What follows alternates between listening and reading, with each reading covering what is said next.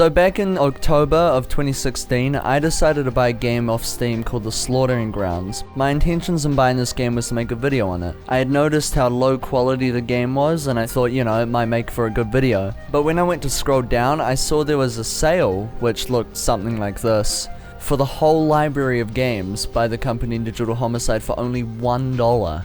So of course I thought this was gonna be a great deal and bought the pack. The video never came out, but 3 years later I have now decided to look back into these horribly broken games. Now there's actually quite a lot of backstory to these games, more specifically the Slaughtering Grounds.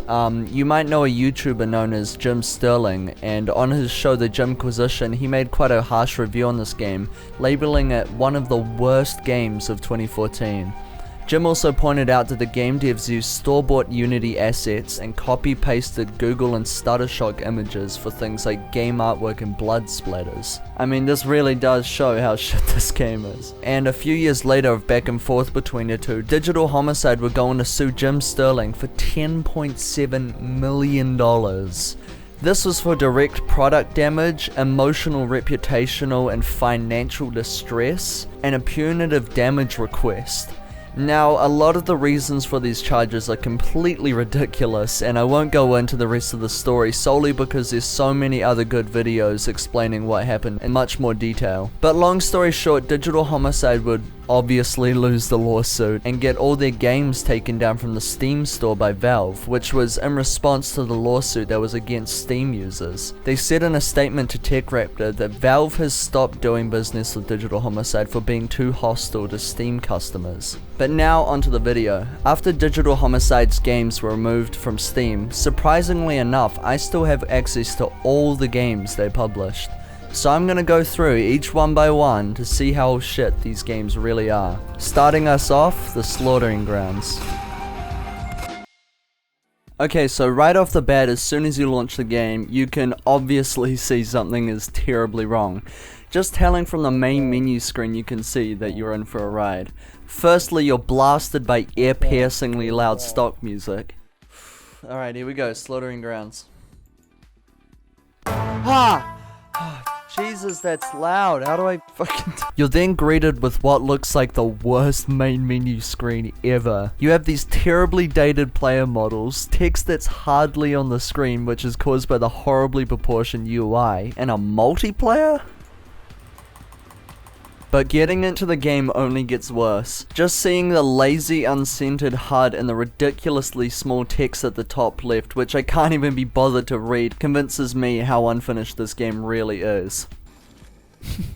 Minus 12 health, cool. Even though this game looks like shit, it's quite hard to believe that this game runs like shit as well. I think what's happening is that the more zombies I kill, the laggier my game gets, because the zombies don't despawn once I've killed them. This game is insanely unfinished, and these are errors that are so obvious as well. Like for example, when I press escape to bring up the menu, I see this. Can I escape? Okay, there we go. Did they even play their own game before releasing it? Did they notice that their guns aren't in the center of the screen? Did they see the blood splatter effects that they poorly keyed out and think, yeah, that's good enough? Did they notice the shotguns can be used as long-range weapons? Oh, and another thing about the HUD. Radar? What's radar? Hold on a second. They've just... Okay, so I can see what they did. They would have made this whole thing, and they're like, alright, we've done that. And then they're like, oh wait, hang on a second, we want to add a radar. So now we're just gonna fucking paste it on there. This would have been in the center of the screen if they didn't have this on. You know, people had to pay for this as well. I mean, Fortnite's free, but at least that's better than this steaming pile of horse shit. This game feels like something I'd play on some shitty Flash Games website in like 2011. All the models are obviously ripped. I found this one zombie that looks like it came straight out of Borderlands. And to top it all off, when you hit exit game, it closes the whole game. Oh, would you look at that? I've got something in my inventory. That's... I don't... Is that even a zombie? Oh my god, this is... What's it? Zombie troll! Zombie troll, okay. Never mind, I love this fucking game. I'm just gonna keep playing it until I get zombie troll. Alright, I give this game 5 zombie trolls out of 5. So now only 2 months later after the Slaughtering Grounds was released, we have Forsaken Uprising. Alright, well, I don't really have that much to say about this game, to be honest, because I couldn't even start the game. It seems like this game's similar to Rust or Ark Survival, so the game relies on servers for people to play on. Since this game doesn't exist on Steam anymore, and I'm sure there's no replayability to this game at all, there isn't any servers for me to play on. Also, this game consistently crashes, so it's not like I'd be able to play the game for that long anyway. Okay, I don't even know if I can play this game. How do I start? Exit. What? Alright, now we enter the 2015 era of Digital Homicide games, and what a game to start off with. This is a perfect example of asset flipping, which is a term coined by Jim Sterling. Asset flipping is when someone buys a texture or a model pack off a website such as the Unity Asset Store and uses it in their own game. If you couldn't tell already, the guys at Digital Homicide would do this in basically all their games. If you look here, they literally just took a 3D model of a child and put it in their game, unedited. What the hell did these guys think they were doing? They were just so insanely lazy when it comes to making their own models that they just blatantly ripped off someone's work. So getting into the game, once again your ears are furtherly mutilated by the extremely loud royalty-free music. You're displayed with only 2 options, play now and exit game, so yeah, this game doesn't really have that much to offer. Gameplay wise, the controls are terrible. It might be a bit hard for you to see in the footage, but in reality I'm struggling quite a bit. Sometimes the controls are really bad or just don't work at all and you have to spam your keyboard to get your character moving again. Another thing that kinda relates to the controls is the camera. When you play this game, you'll be running around breaking stuff and your camera will be phasing in and out of the walls. If you move right next to a wall, you can actually position your camera to look straight out of the map. It's actually quite surprising how much detail they've put into outside the map though. I guess the developers just accepted that you could see through the walls, so they just put in the extra effort to make a front lawn. Actually, on second thoughts, they probably just stole a model of a house. Basically in this game, you go around smashing things, all the while trying to avoid this floating purple blob. Yeah, it's really not that interesting. It looks like this game was made for kids, but even then, I'm sure kids wouldn't enjoy this unless their demographic were like 3-year-olds. But even then, they'd probably struggle playing this game because of the shit controls. Was that blood? I thought this was supposed to be a kid's game. That guy just gruesomely blew up. Well,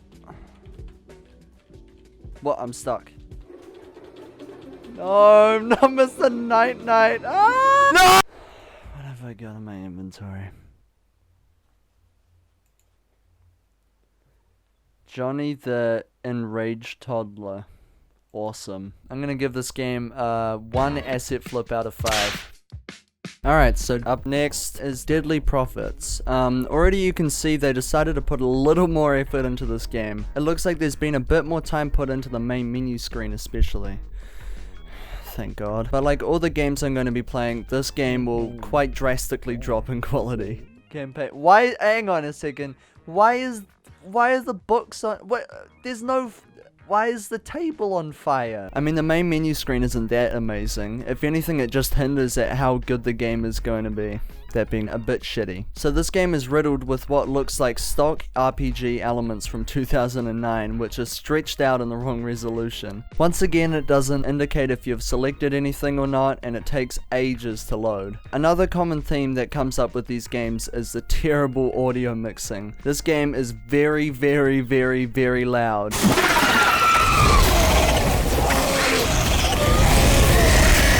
And the reason for that is because there's so many sounds going on at the same time. It's like they got a soundbite for every single enemy in the game playing all at once at full volume. And like all the games, asset flipping is a key trait in this game. I swear this is probably the last time I'll mention this in the video because it's starting to get a bit repetitive. But I wanted to talk about it especially in this review because I think this game has a special case. It's quite insane how many models they've thrown into this game. I guess I thought they'd get away with it in this game because all you do is shoot magic spells at hordes and hordes of monsters over and over again. This game is a consistent clusterfuck, and there's so many random creatures that come at you. I think because there's so many monsters in the game, they must have just chosen a bunch of random models they found off the Unity store without even looking. I mean, I found this one monster that looked like some weird naked monkey lady. Not even censored or anything. What the fuck is that, a monkey? What the fuck is that? I don't really know what these games' target audiences are anymore, because this is the only vulgar thing I've seen in the whole game. Once again, the game doesn't tell you if you're dying, which is very unhelpful. And that's all I got to say about this game, I think. Medieval Mercs. I don't really have that much to say about this game, to be honest. The only thing that's going for it is its hilarious intro screen. Oh, and the ability to see what you're selecting. Oh. Okay. Oh, damn. Damn! Alright. Little upgrade. That sick ass intro for a starter. And you can actually see what you're selecting. Amazing. Oh. It seems like they've sorted out the main menu template for their games, which is quite funny because the next game looks exactly the same as the last two. To be fair, I was actually quite excited to see where this game would go. Maybe I'd have another Slaughtering Grounds to laugh at, but nope. This game falls flat on its face and gives me probably the worst game I've played yet.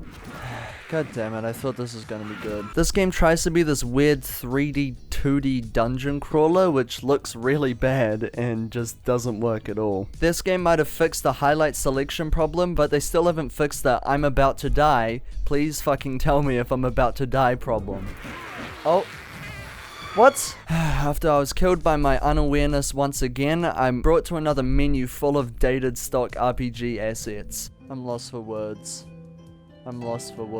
There's so much shit on the screen right now. Oh my creator.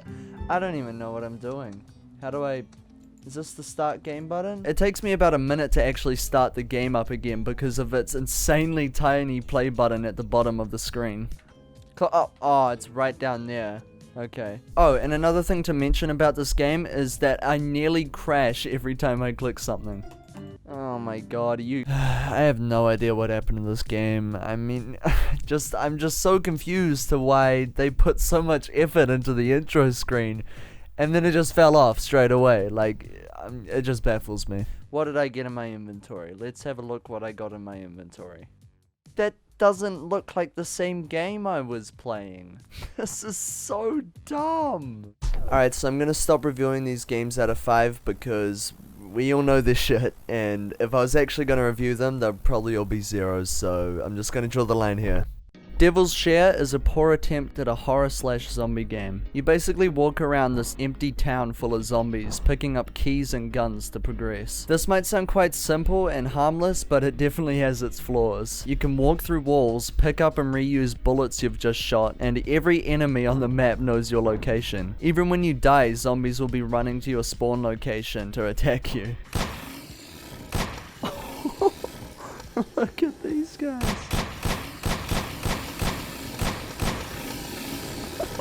It's just the same audio loop. One thing that's really annoying about this game is that there isn't any sound or indication that there's any zombies around you, so you'll just turn your back for a second and then you'll be getting attacked the next. Oh, whatever, you weren't... What? All you have to do in this game is let it hold your hand through all its instructions and you'll probably get one of the most anticlimactic endings to a game ever. Whoa! Kill the devil worshippers before they finish. Oh my god. That was so... What? Are you kidding me? Oh, and there's also silly mode.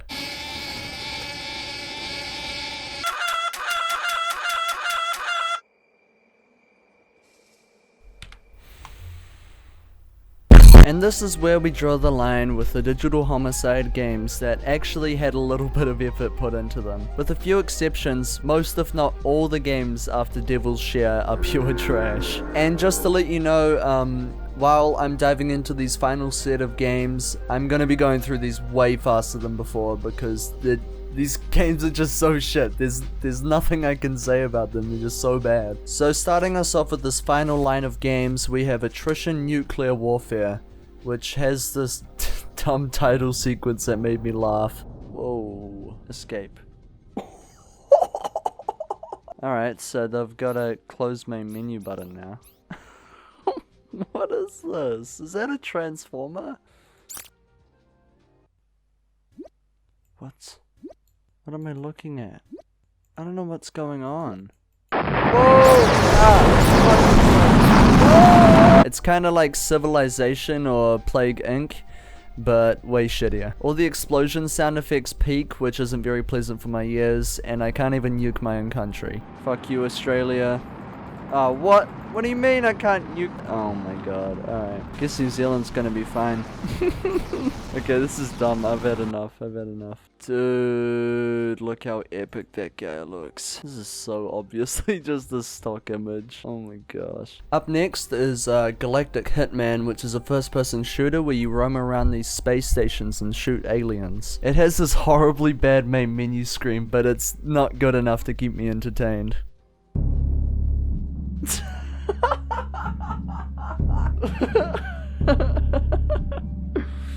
Alright.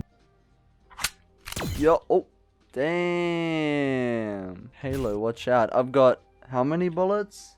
It's going off the scale. Alright, gamers. Here we go.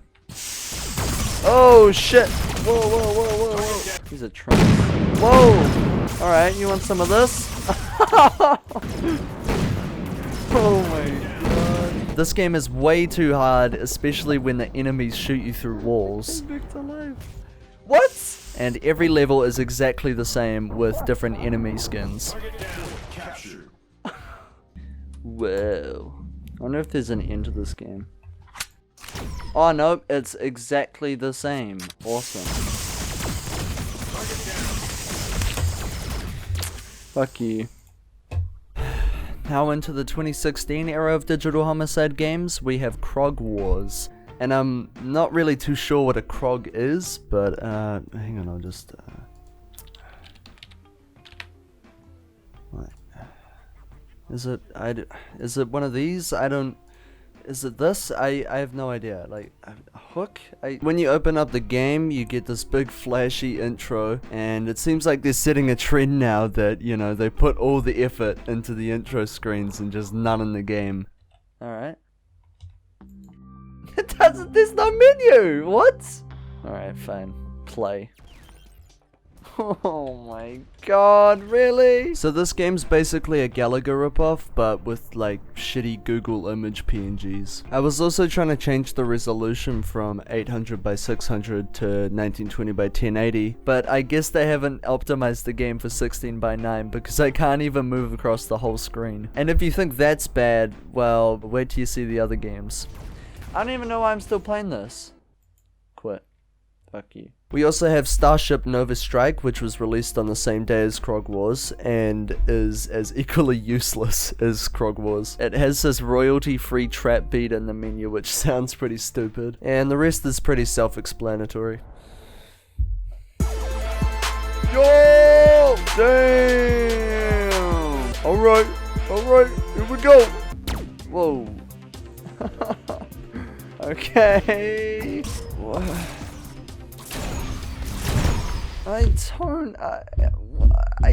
This is so dumb. The ship moves at like 1,000 miles per hour, which is annoying, but that's pretty much it. It just looks like they're getting lazier and lazier with these games. Cool. Okay. What am I got in my inventory? Who knows? Let's wait until I get the notification and get some shitty JPEG for a fucking... Next game is Dungeons of Cragmore, which I was actually unable to play because just like Forsaken Uprising, the core game was accessed through the online servers, which obviously shut down now. So instead of getting into that, we're actually going to look at Mini Attack Submarine. And this is a perfect example of what I mean when I say these games get really bad. Is that it? Oh, was that... We're starting. So when I got into the game, it took me a couple seconds to realize that the game doesn't even have a main menu. It legit just drops you into the game, and I don't know, like, at this point, like, it just seems like they know what they're doing, and it just looks like they're having fun just putting random stuff in. Either that, or they just really, really, really don't give a shit. Whoa! Whoa, whoa, whoa, whoa, whoa, whoa, whoa, whoa, whoa. What the fuck was that? Gameplay wise, you just shoot turtles. That's it. And next game is Winged Knight's Penetration, which is the first local multiplayer game I found. Yeah, what an amazing discovery, Jack. Fucking cool. Anyway, like the last couple games, it just throws you right in, because I guess they can't be bothered making main menus anymore. Oh, come on. What? What? Oh my god. Oh, what?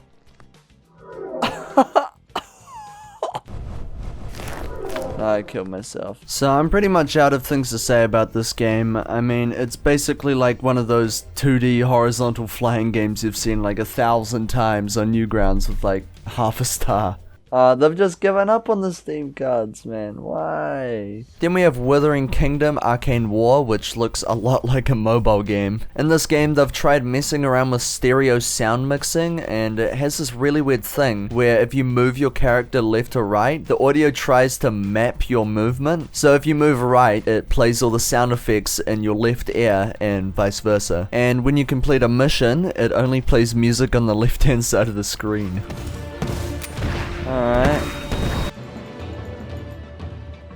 Why is the music over there? I don't really know why you'd implement this in a side scroller, but there's no predicting what the hell these guys were thinking when making these games. So the next couple games are Wyatt Earp 1 and 2. These are actually based off a real person named Wyatt Earp, who was a lawman from the old American West, but all you Americans watching probably already knew that. And for the title, they've basically just changed his name from Earp to Derp, because apparently this game was made in 2011. So what does the game look like? It's just the same thing I just played. The audio is just as fucked.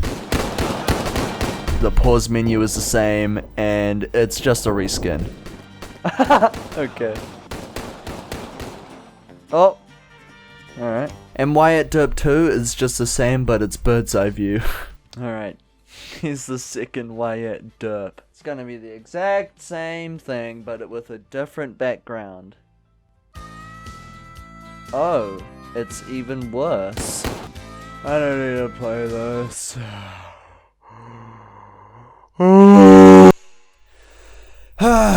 Alright, so this next game I'm reviewing is the worst game out of this whole list. It's not the last game on the list, but it's the worst. It's been a long time coming, but we're finally here. And it's not the worst game for any reason you probably think. It's not because of the ear-piercingly loud royalty-free music that leaves you deaf after playing. Not because of all the fonts and the logos that are so poorly made and are in the wrong resolution. Not because of all the 3D assets that are just stolen from people who are 1,000 times more creative than these dickheads who call themselves game developers. Not because they put all their effort into their shitty little intro screen that fools you into thinking that they're proud of what they're making. No. This game is the worst out of this list, not even for a funny reason. There's zero comedic value to be seen when analyzing this game. It's just so horrendously boring and passionless, and it's just so obvious they knew no one was gonna play this. Honestly, I had to give this label to one of these games eventually, and this game is just so mind-bogglingly bad and stupid and boring and utterly broken, it wins this award. Most of these games I've played actually have somewhat of a point to them. Even if it's the most minuscule reason to play them, I just don't see any value in playing this game at all. It's not even funny. Like, I can't even say anything funny about it. I mean, this is all it is. Oh. What? What? What? Are I don't know what's going on. This is so mind-numbingly dumb. Am I getting killed by the sun? Do I have to shoot the sun? What's going on?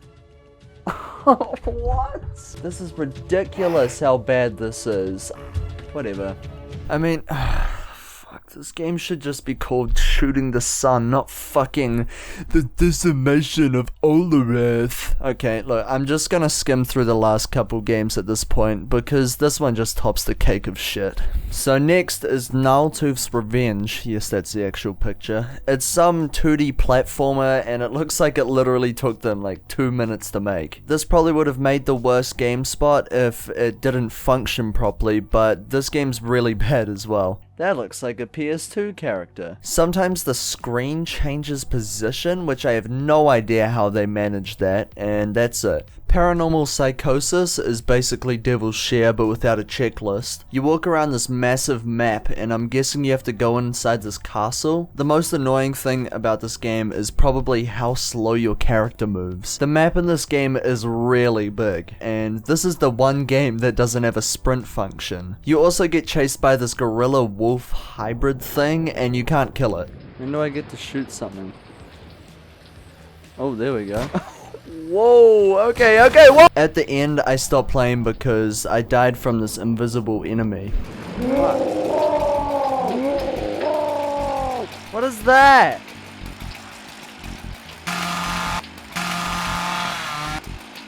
Ah! What the fuck? And when I went to quit the game, it made me choose between Q and R to either quit or restart because they couldn't be bothered to code a functioning mouse. So yeah. What did I get in my inventory?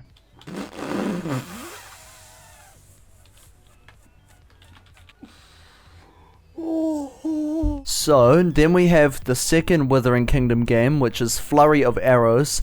And it's the exact same game, but with shittier graphics. So we're just gonna push past that. And now, we're gonna look into Operation Global Shield.